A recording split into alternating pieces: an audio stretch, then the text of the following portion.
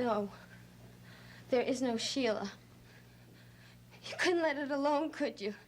You just couldn't trust me. You had to go on until you made me miserable until you found out. Okay, Frank, well, there it is. All right, I made her up. Why, Dee?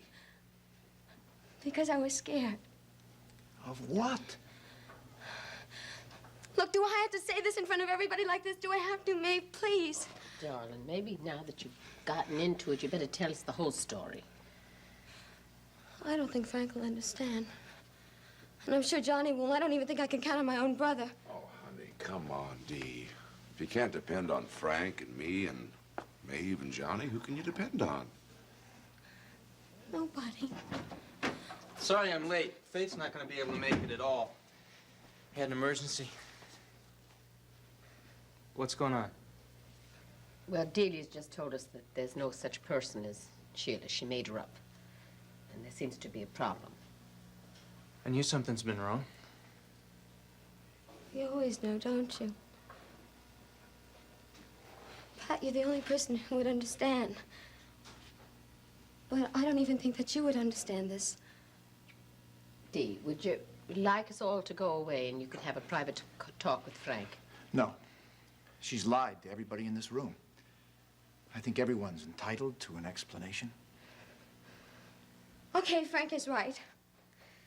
As long as I'm going to explain, I might as well just get it over all at once. It started before December. You know, that was when I went up before the district leaders and Charlie Ferris. And I wanted them to forgive Frank. See, and I told them that we were going to try to make our marriage work. And there was no chance of any blackmail or scandal or anything like that. See, I felt so good because everybody kept on telling me how I had saved his career. But things just didn't work out as planned. You see, all I wanted to do was love Frank. And all Frank wanted to do was love Jill. But he stayed away from her. You see, he also stayed away from me, too, for months. Dee, I don't think there's any reason for the whole family to hear this. He wanted me to explain, so I have to explain. See, he didn't touch me at all. And I was all alone, and I really felt unwanted and unloved. Frank didn't even want to be in the same room with me. He didn't even want to be in the same bed with me. This went on for weeks and weeks. Frank, please tell him that's true. Yes. You see, that was the most awful winter of my life. Because I felt all alone. Really. Everybody was so worried about Jill. And they were so concerned that Frank was stuck with someone who wasn't as beautiful and as smart and as intelligent as she was. Now, Dee, you know that's not true. No, I didn't know that wasn't true. I'm trying to tell you. I was all alone. Really, I was all alone, and I felt unwanted and unloved. And I just couldn't stand it anymore. So I had to find some help. And I found it.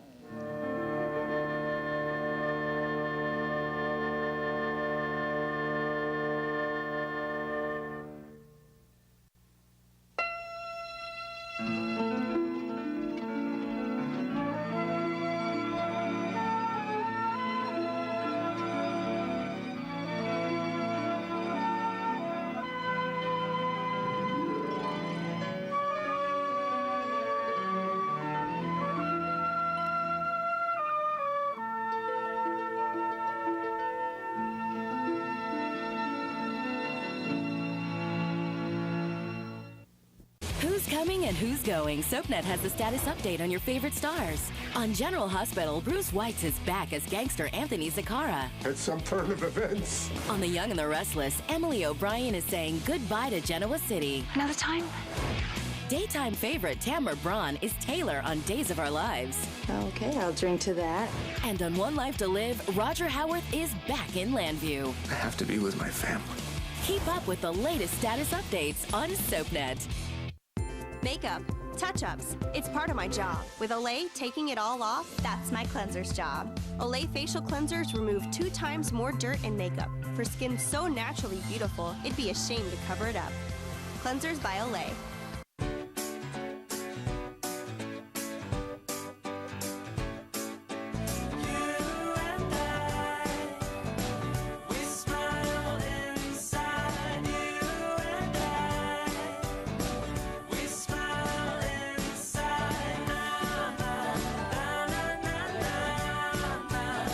For all they do for you, Caesar.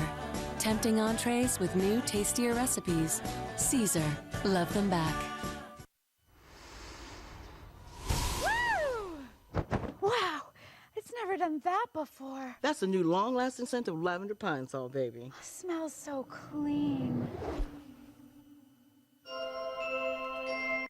Having diabetes really changed my life, but it doesn't stop me from enjoying great food. Hi, I'm Nicole Johnson, and I've had diabetes for years. I still enjoy delicious food, guilt-free, with the recipes in my free diabetes cookbooks.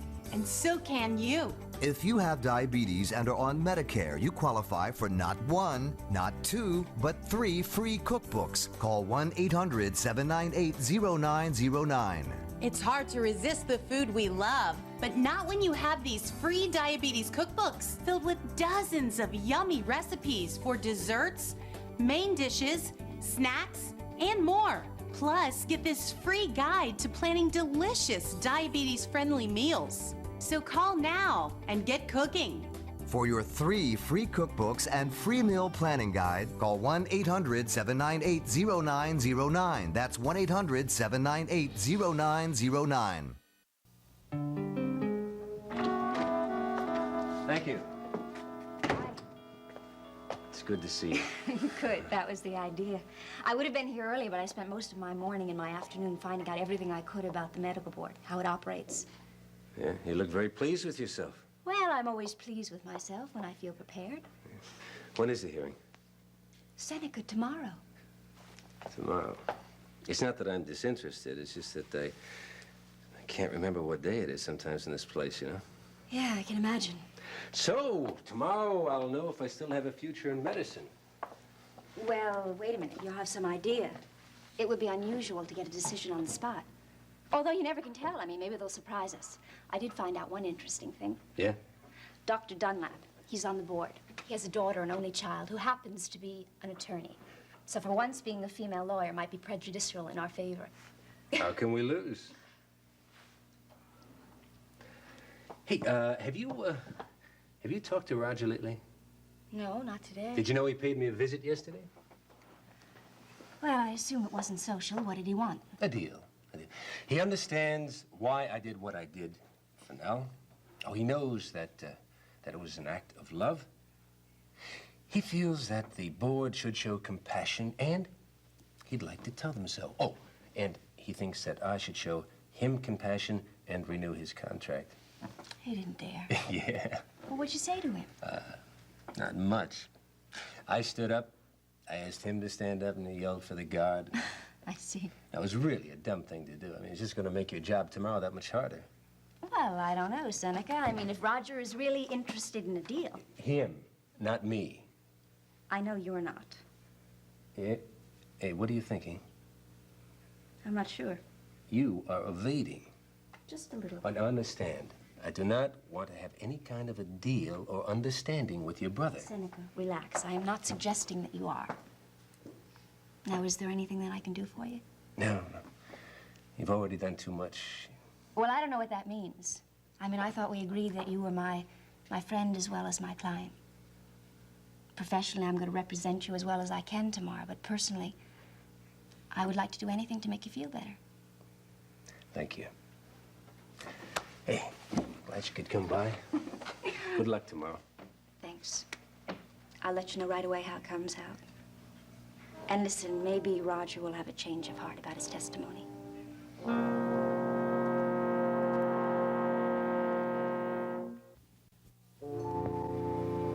So you felt miserable and alone and desperate. Yes, And you found help. yes. Where, Dee? Where did you go for help? I'm afraid to tell you. Why? Because you won't believe me. Dee, don't you think you ought to finish what you started? Tell us. I went to see Father McShane. You trying to tell us that when you were supposed to be taking cooking lessons with Sheila, you were with Father McShane? Well, let me explain, because there's a lot more to it than just that. You see, at first, that's where I was. Well, why didn't you say so, dear? Well, because at first, I really didn't have to say anything. I mean, nobody seemed to care where I was or what I was doing. And you all know I went to see Father McShane when Frank had the accident, right? I mean, you know about that, Frank, right? Yes. And we both talked to him, right? Well, I thought when things got worse, well, then Father McShane would naturally be the person that I should speak to. Well, he came over and he gave me some very good, uncomplicated advice. He told me that I should just be loving and patient, and I should pray. And I did. I did that. Then there was this afternoon in January, and I'll never forget it. I went out to do some errands, and yeah, that's right. It was half raining and half snowing. And I remember it so well because my feet were wet. And I was cold.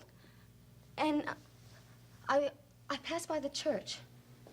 And I remember all the kids were walking down the steps.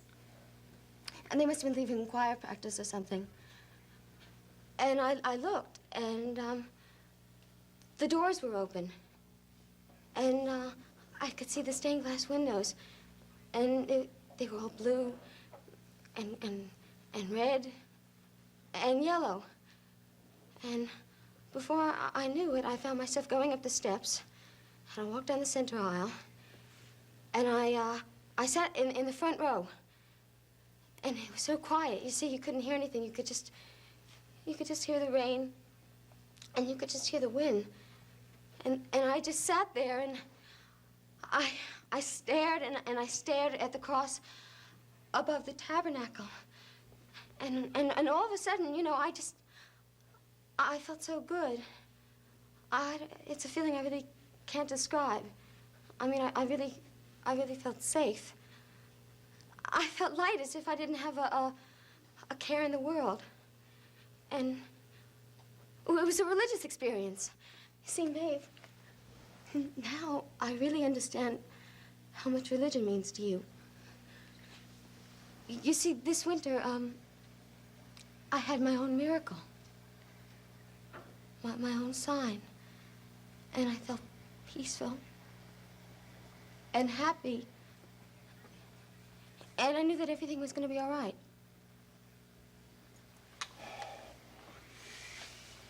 Dee, what does this have to do with Sheila and Mrs. Lem and cooking lessons? Well, I went to Mrs. Lem's, and I was eating some egg rolls one day. And I got to talking to her. And then she took me on a tour of the kitchen.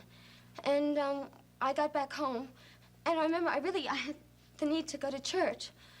And you asked me where I was going. You were really being distant to me. So I naturally made up about going and taking cooking lessons from Mrs. Lem. And then everybody started asking me all these questions. So that's when I made up Sheila. Remember, Frank, you asked me where I met Sheila, and I told you I met her in church? Well, in a funny kind of way, it was true. You mean you couldn't even tell Maeve that you were going to church? No, this was a very personal and a very precious experience to me, and I was afraid to talk to anybody about it. I don't believe it. You wouldn't believe it. You wouldn't believe it, Frank. I don't believe you spent the last 6 months going to church 3 or 4 evenings a week, not to mention the afternoons Mother spent with little John. I didn't say all that time was spent in church. Then where was it spent? Well, you see, I learned something. The reason why church was just so lovely to me was because it was a time all to myself, you know? Then the weather started getting nice, and I started taking these long walks. You know, I went up to Fort Tryon, and I went to the museum and everything. One time I even went to the five and dime store, and I walked around for 2 hours. And it was great because I only spent $5. See, I've become a much better person. You know, and you all have to admit I'm a much nicer person to live with, aren't I? Well, we thought that was because you and Frank were getting on so much better. Well, Johnny, then that's the point. See, Frank and I are better because I'm better. You see, I'm concentrating on myself. And I'm finally getting myself together. Dee, there are 1 or 2 obvious questions, and I think I better ask them. Sure.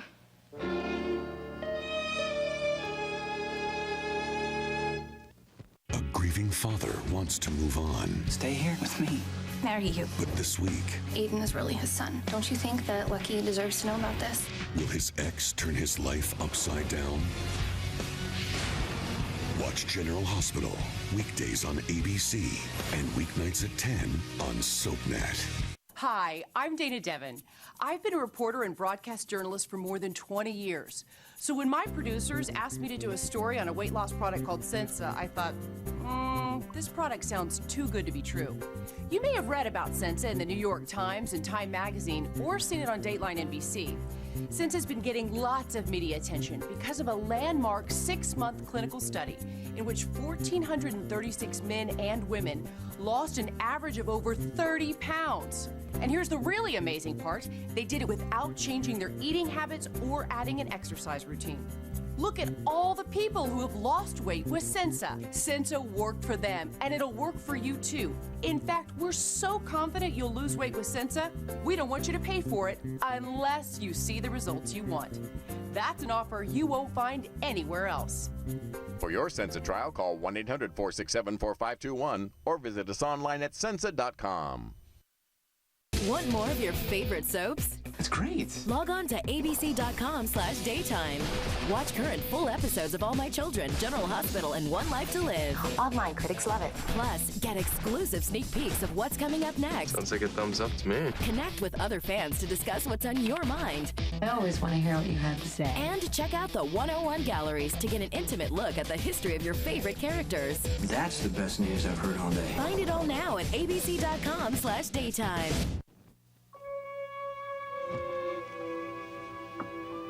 Hello? Well, well, well. If I promise not to talk about Frank or Dee or necklaces, may I come in? Well, certainly. And to what do I owe this unexpected pleasure? Business. Family or otherwise? Otherwise? Could I please have one of those? Oh, but of course. Anything to ensure all this civility. What time are you due down to the board tomorrow? My call was at 3. Oh, well, so was Marshall's and so was mine. Must mean it's an open hearing. We'll all be there together. Yeah, well, that was my impression. I, just came from seeing Seneca. Oh? Roger, look, I know you're perfectly aware that the medical board is of necessity a rather conservative institution. And properly so. Oh, look, I quite agree. I mean, questions of medical ethics, especially those involving a precedent, have to be handled very carefully. Now, Marshall is willing to testify that he doesn't believe what Seneca did. I mean, taking Nell off that respirator will set a precedent for the rest of his staff members. Well, how can he do that? Surely he doesn't believe it's true. Well, I assume he does, or he wouldn't say so. I mean, he believes that Seneca's case involving Nell and her request to him was strictly specific to the Bolaks. Well, I don't agree. And you intend to say so tomorrow? Oh, yes. Which would fairly undermine Marshall's testimony. No, Jill, I can't help that. I'm a member of his staff, and I think what Seneca did was to set a very bad example. Roger, Seneca told me that you went to visit him. Oh, I mean, he repeated that whole conversation. yes. Look, I'm just wondering if there is any way to get you to reconsider your situation tomorrow. I mean, anything that will put you more in agreement with Marshall. Did Seneca send you here to offer me a deal? Why don't you answer my question first? Because I'm not sure what you're saying. Look, I just wonder if there is any way to induce you to reconsider what you plan to say tomorrow. Jill, did Seneca authorize you to make me a deal? My sympathetic testimony in return for his reconsideration of my status at the hospital? Well, answer me. No. So he doesn't even know you're here, does he? No. Well, what are you trying to do? Set me up for a double cross? I mean, I give sympathetic testimony on Seneca's behalf, and Seneca doesn't even have to know why, and I still end up out in the cold. Oh, come on, Roger. I mean, don't you think you're being a little paranoid? No, I'm not. Look, Seneca is my client. I'm looking after his best interest, so I wanted to explore the situation. Your client? Aren't you getting just a little involved with your client? Good night, Roger. Oh, I hit a nerve. Well, good luck. I beg your pardon? Well, from a married politician to a jailboard, it seems to me like you're looking for trouble. Jill, just so you have everything straight, no deals. I'm gonna make sure that Seneca gets exactly what he deserves.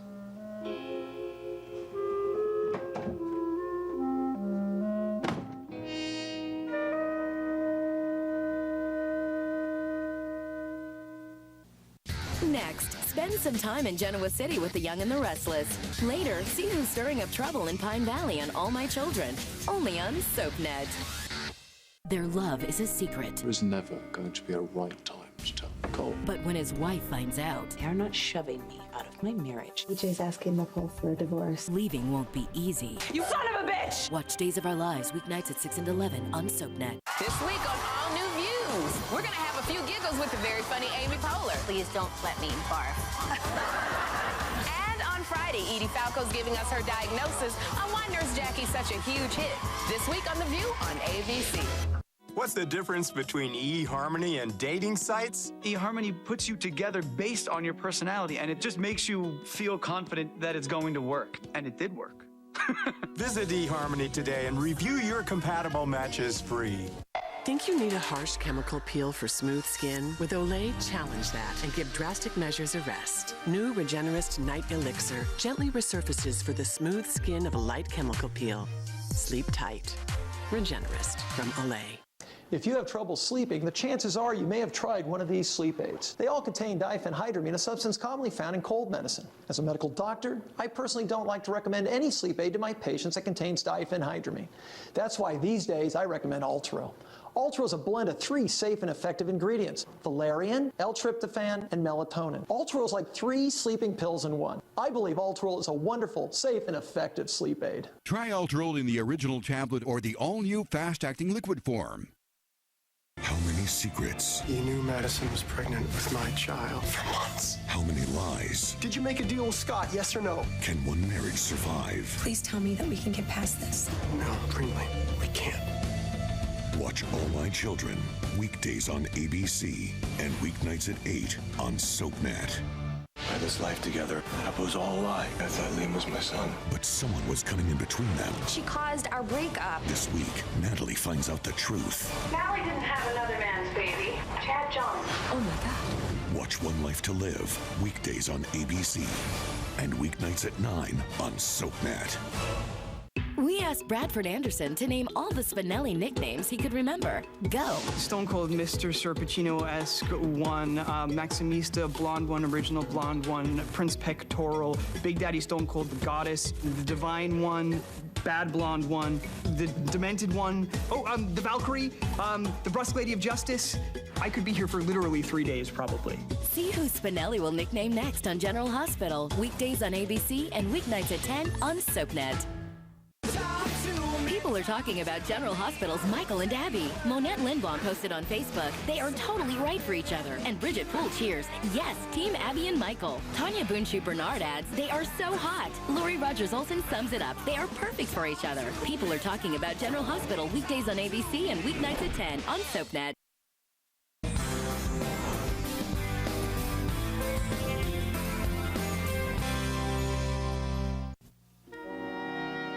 All right, what else do you want to know? Frank, don't you think maybe Dee's had enough? I want to get this all settled now, Pat. Okay, then. Okay, we'll just get it all over with then. If you weren't at Sheila's the night little John was burned, where were you? Oh, well, I was over at Libby's coffee shop. You know, the one over on Broadway. What happened was I had a cup of scalding hot coffee, and the baby grabbed my arm, and the coffee spilled all over him. And then I just poured ice cold water all over him, and I picked him up, and I brought him over to the emergency ward. Well, that was quick thinking about the ice water, honey. Who did the flowers come from, Dee? Flowers? Supposedly from your admirer in the cooking class. Oh, right, the flowers. Well, they were from someone who really had a crush on me. But, Frank, I was really afraid to tell you about that. You see, he's one of your best campaign workers. Yeah, who is it? Oh, you know that nice guy who's manning the phones? It's Al Newton. Do you by any chance know that Al is driving a car to California for his aunt, won't be back for about a month or so it's a little hard to check that out? Well, Frank, you can ask him when he gets back here. Look, I don't like this. I hated it when you talk to me like this. Just one more question. If Sheila doesn't exist, why did Roger Coleridge say that he'd met her? Well, that's very hard to explain. Roger Coleridge? Yeah, told me he'd bumped into her briefly coming out of Lem's. Maybe Roger met another of Dee's friends. No, he was lying. Why? Why, darling? Well, he was trying to be helpful to me. You see, I let him in on the Sheila story. I don't understand that. Well, it was after, when was it? Yeah, after Doc died. And Roger was hanging around the bar a lot, you know?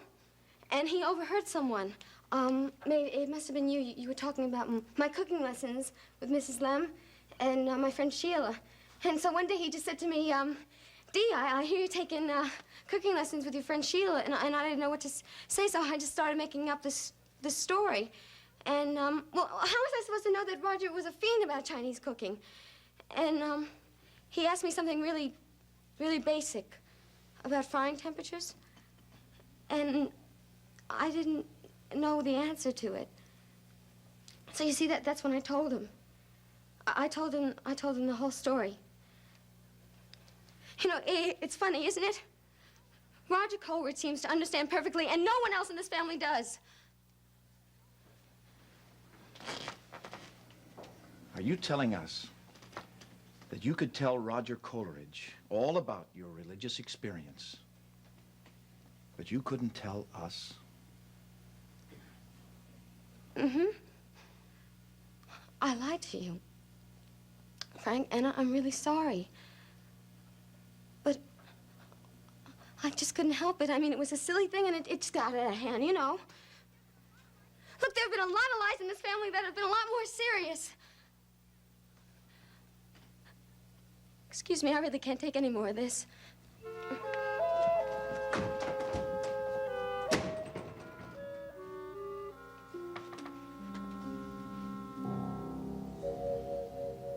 Roger Coleridge.